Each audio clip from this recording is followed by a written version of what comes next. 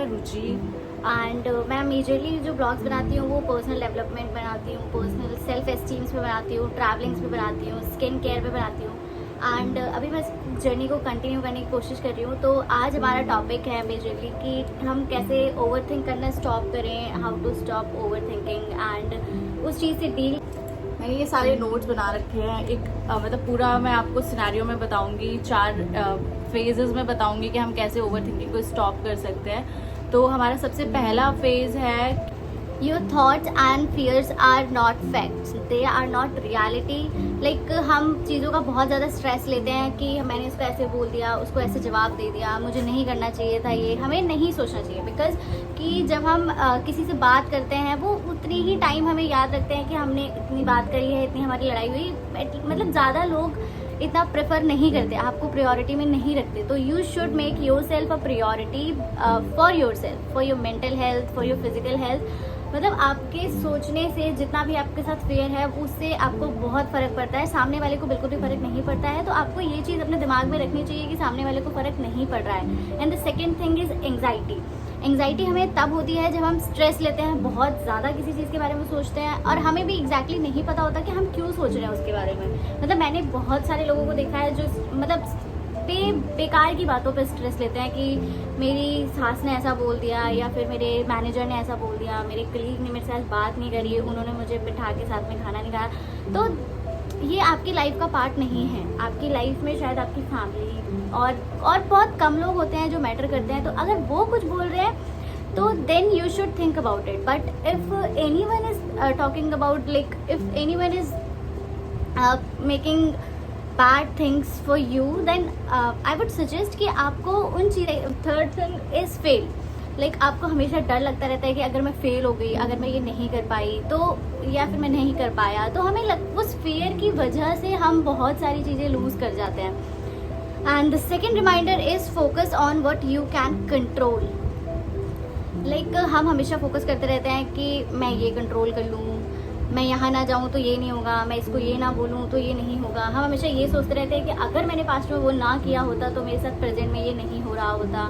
और हम फ्यूचर के बारे में सोचते हैं कि मैं फ्यूचर में काश मेरे साथ ये हो जाए। उस काश के चक्कर में जो हमारे पास अभी है हम उस पर फोकस नहीं कर पा रहे हैं, जो हमारे लिए बहुत ज़्यादा बेकार हो रहा है बिकॉज हम अनइंटेंशनली अपना फ्यूचर भी ख़राब कर रहे हैं। मतलब कि जो हमने पास्ट में गलतियां करी हैं उनको सोच सोच के हम अपना फ्यूचर भी खराब कर रहे हैं और हम अपना प्रेजेंट भी नहीं जी पा रहे हैं। तो हमें इस चीज़ पे फोकस करना चाहिए, प्रेजेंट में जीना चाहिए हमेशा। लाइक मैंने इन सारे पॉइंट्स पे लिख रखा है कि जो जो हमें करना चाहिए। तो मैं आपको यही समझाऊंगी, मतलब मैं अपने पर्सनल एक्सपीरियंस से सारी चीज़ें समझा रही हूँ, नॉट लाइक कि मैं एकदम रेंडमली कहीं से पॉइंट्स उठाकर लेकर आ गई हूँ। बट मैंने अपनी ही जो नॉर्मल लाइफ पे मैं अप्लाई करती हूँ। अगर मुझे कोई कुछ भी बोल देता है तो मैं उस चीज़ को इतना ज़्यादा ओवर थिंक नहीं करती हूँ, उस चीज़ को मैं वही कंट्रोल करने की कोशिश करती हूँ कि मैं इसके बारे में क्यों सोच रही हूँ। अगर ये मुझे बोल के गया मे बी मैं गलत होंगी, अगर ये मेरे को कुछ सिखा के गए तो मैं उस चीज़ को एक लर्निंग तरह ले लेती हूँ। और अगर मुझे लगता है कि ये बकवास करके गया तो मुझे लगता है कि भाई मैं क्यों लूँ, मेरे को लोड लेना ही नहीं है। और आप ये भी सोच सकते हो कि आप जिस चीज़ के बारे में आज सोच रहे हो, आज जिस चीज़ को बैठ के सोच रहे हो कि मैं इस चीज़ को बैठ के रो लेता हूँ, मैंने गलत कर दिया या मेरे से गलत हो गया या उसने मेरे साथ गलत कर दिया, तो आप ये सोचो कि आने वाले 5 सालों में क्या ये चीज़ आपको मैटर करेगी। I don't think so anything rather than your personal life कुछ भी मैटर करेगा आने वाले 5 साल में। Third reminder is accept imperfection. हमारी एक आदत होती है कि हम कभी भी अपने आप को इम्परफेक्ट एनालाइज नहीं करते। हम हमेशा ये सोचते हैं कि जो सामने वाला है वो इम्परफेक्ट हो सकता है, बट हम कभी कुछ गलत नहीं कर सकते। हम किसी के साथ या फिर किसी के साथ इंटेंशनली कुछ खराब नहीं कर सकते। बट ऐसा नहीं होता। अगर आप अपने लिए पूरी तरीके से सही हो, ऐसा ज़रूरी नहीं है कि आप सामने वाले के लिए भी एकदम सही हो। आजकल रिलेशनशिप्स में इतनी सारी लड़ाइयाँ सिर्फ इस वजह से होती है क्योंकि वो इम्परफेक्शन झेल नहीं पाते। अगर वो उन्हें एक कमरे में रहना पसंद है तो वो यही चाहते हैं कि उनका पार्टनर भी वो उसी कमरे में रहे। ऐसा नहीं हो सकता। मे बी वो बहुत ज़्यादा एक्सट्रोवर्ट हो जिसकी वजह से उसका जो उसके लिए जो परफेक्शन है वो आपके लिए इम्परफेक्शन है, तो वो चीज़ आप एक्सेप्ट नहीं कर पाते हो। And this is very wrong thing.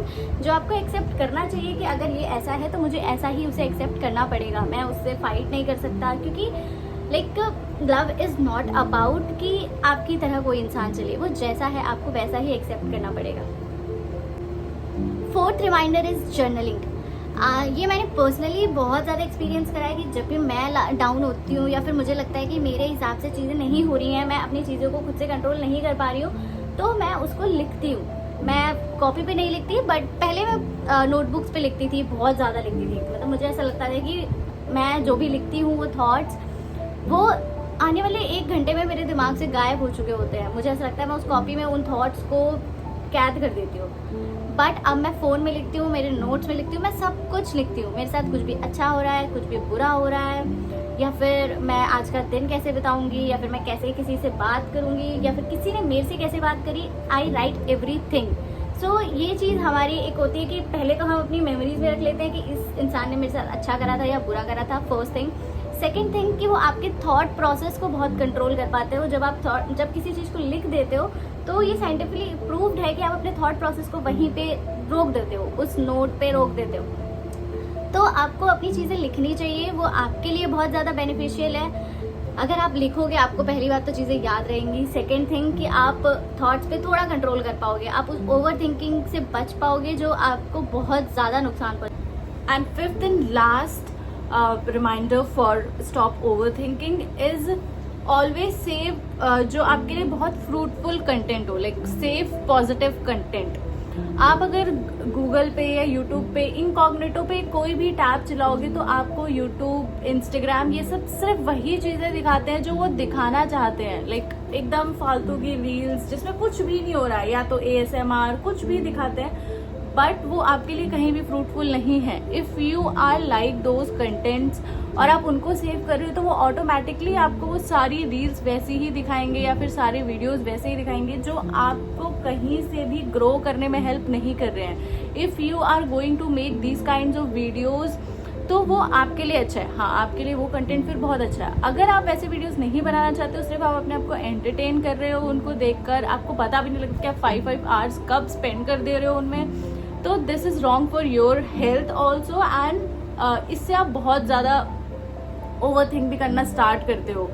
And अगर आप वहीं पर ही कोई अच्छे चैनल्स जो आपको मोटिवेट कर रहे हो या फिर वैसे कंटेंट सेव करो जो आपको ग्रो करने में हेल्प करे, कुछ आपके फायदे में आए, जिनको आप अगर सेव डाउनलोड्स करके रखोगे या फिर सेव फॉर लेटर करके रखोगे तो वो आपके बहुत काम आएंगे। बट मुझे नहीं लगता, मेरे यूट्यूब में बहुत सारी फालतू की चीजें थी जो मुझे अब पता लगा है कि वो चीजें मेरा कितना ज्यादा टाइम वेस्ट कर रही थी। So these are all 5 reminders which you have apply in your life for controlling the overthinking, because overthinking इस टाइम के यूथ को इतना ज़्यादा ब्रेक डाउन कर रही है जो आपको समझ में भी नहीं आ रहा, but still you are breaking up with yourself, you are not connected with yourself, even you don't know yourself कि what you like, what you love. आप हमेशा दूसरों के बारे में सोचते रहते हो, इन सब के बारे में कि वो इतना पैसा कमा रहा है, उसका ये है, आप कभी भी अपने पे फोकस नहीं करते हो। तो just stop overthinking and be yourself and love yourself. This is all about my vlog. Thank you. Subscribe for more.